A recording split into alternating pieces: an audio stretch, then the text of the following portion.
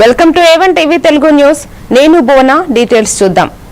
చేనేత కార్మికుల సమస్యలు పరిష్కరించాలని జిల్లా వైఎస్ఆర్సీపీ చేనేత విభాగం ప్రధాన కార్యదర్శి దొడ్డి తమ్మారావు కూటమి ప్రభుత్వానికి విజ్ఞప్తి చేశారు.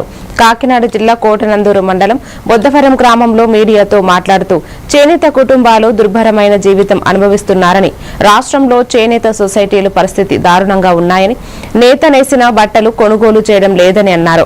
కూటమి ప్రభుత్వం ఎన్నికలలో ఇచ్చిన హామీలు అమలు చేయాలని, ప్రతి చేనేత కుటుంబానికి సంవత్సరానికి 25,000 రూపాయలు ఇవ్వాలని, 50 సంవత్సరాలు దాటిన వారికి పెన్షన్ మంజూరు చేయాలన్నారు.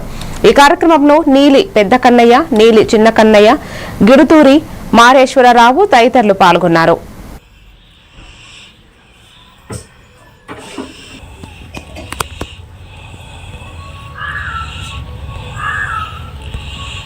ఈనాడు రాష్ట్రంలో చేనేతల పరిస్థితి ఎలా ఉందంటే చాలా దుర్భరంగా ఉంది.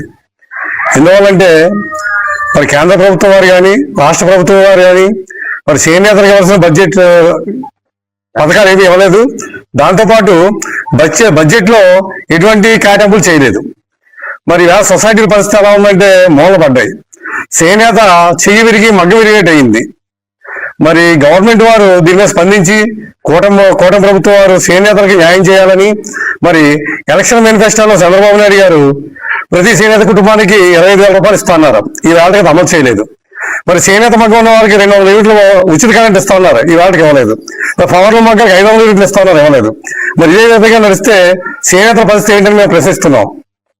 మరి అదేవిధంగా ఈనాడు చేనేతలు తినడానికి తిండి లేక అనేక ఇబ్బందులు పడుతున్నారు.